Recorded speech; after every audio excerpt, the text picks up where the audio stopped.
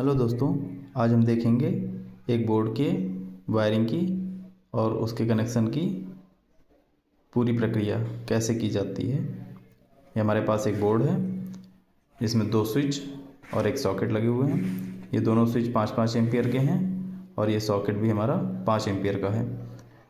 चलिए देखते हैं कैसे इनका कनेक्शन किया जाएगा। इसके लिए हमें क्या सामग्री चाहिए। हमें चाहिए 3 वायर के टुकड़े।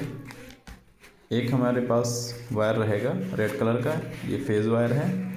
इसके बाद एक ब्लैक वायर जो कि न्यूट्रल के लिए, और एक ग्रीन वायर ये अर्थिंग के लिए रहता है। एक हमको एक कनेक्टर चाहिए, लगभग 3 से 5 सेंटीमीटर के आसपास की लंबाई का, कॉपर का होता है।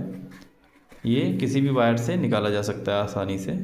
उसका इंसुलेशन हटाकर हम इस वायर को निकाल सकते हैं। एक और छोटा तार का टुकड़ा चाहिए जिससे हम स्विच को सॉकेट से फेज की सप्लाई देंगे। तो चलिए शुरू करते हैं। तो सबसे पहले हम स्विच के ये जो नीचे वाले टर्मिनल्स हैं इनके स्क्रू लूज कर लेंगे, और उसके बाद ये एक वायर का टुकड़ा जो लिया था इसको हम इंसर्ट करा देंगे इसके दोनों सिरों में। और इसका एक सिरा जो अंदर वाला है इसको हम टाइट कर लेंगे, इसके स्क्रू को वापस से टाइट करके छोड़ेंगे जिससे कि ये वायर लूज तो रहे एक सिरा, लेकिन वो गिरे नहीं नीचे। अब ये जो दूसरा सिरा है इसमें हम फेज़ की इनकमिंग सप्लाई का वायर जोड़ेंगे। ये हमारे पास फेज़ वायर है, इसका एक सिरा हमने छील लिया है और इसको हम दूसरे टर्मिनल के दूसरे स्विच के नीचे वाले टर्मिनल में लगा देंगे और इस स्क्रू ड्राइवर की सहायता से अच्छी तरह से इसको टाइट कर देंगे। ये हमने इसको अच्छी तरह से टाइट कर दिया है।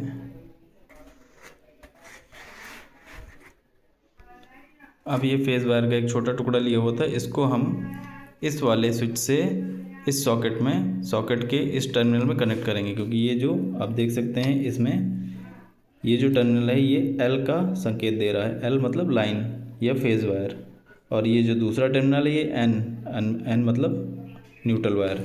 ये जो ऊपर एक तीसरा टर्मिनल देख रहे हैं इसमें आप अर्थिंग का साइन देख सकते हैं, ये अर्थिंग का वायर इसमें कनेक्ट किया जाता है। तो आइए इसको हम कनेक्ट करते हैं, इसको आपस में कनेक्ट करते हैं। ये एक सिरा इसके अंदर हम डाल देंगे और वापस से स्क्रू से इसको टाइट कर देंगे।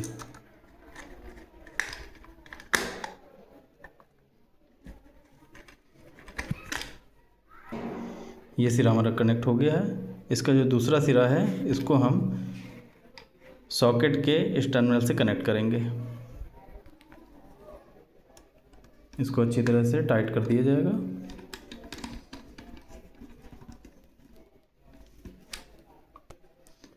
अब ये हमारा स्विच इसके साथ सॉकेट के साथ कनेक्ट हो गया है।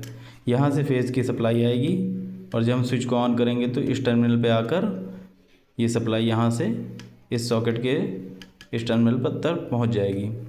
अब ये जो दूसरा इसका टर्मिनल बना हुआ है ये न्यूट्रल का है, इसमें हम न्यूट्रल के लिए ये ब्लैक वायर इसमें कनेक्ट करेंगे।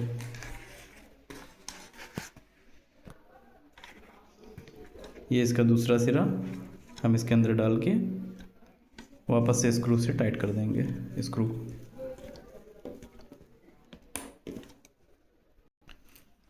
अभी इस देखेंगे सॉकेट का ये जो तीसरा टर्मिनल है ये अर्थ का टर्मिनल होता है।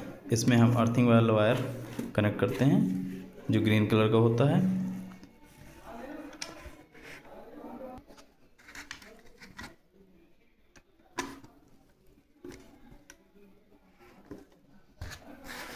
ये हमारे अर्थिंग का कनेक्शन हो गया है।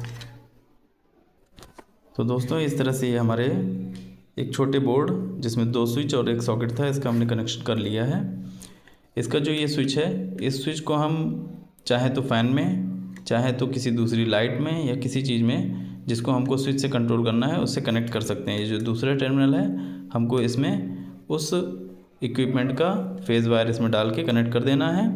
और इसके बाद ये जो वायर बचे हुए हैं हमारे, ये वायर के जो दूसरे सिरे हैं ये इन तीनों को हम पावर सोर्स से कनेक्ट कर देंगे। पावर सोर्स में जिसमें कि हमारा एक ब्लैक वाला वायर न्यूट्रल में कनेक्ट होगा, ये रेड वाला वायर फेज़ में कनेक्ट होगा और ये ग्रीन वायर हमारा अर्थिंग से कनेक्ट होगा। एक बार आप इसको ठीक से देख लीजिए।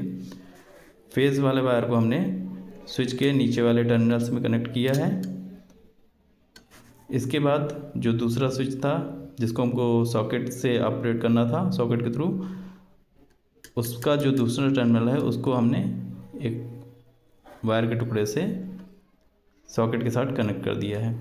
सॉकेट का जो दूसरा टर्मिनल है इसको न्यूट्रल से कनेक्ट करेंगे और इस तीसरे को अर्थ के साथ कनेक्ट करेंगे। अभी जब हम इसमें सप्लाई देंगे तो ये हमारा सॉकेट चालू हो जाएगा।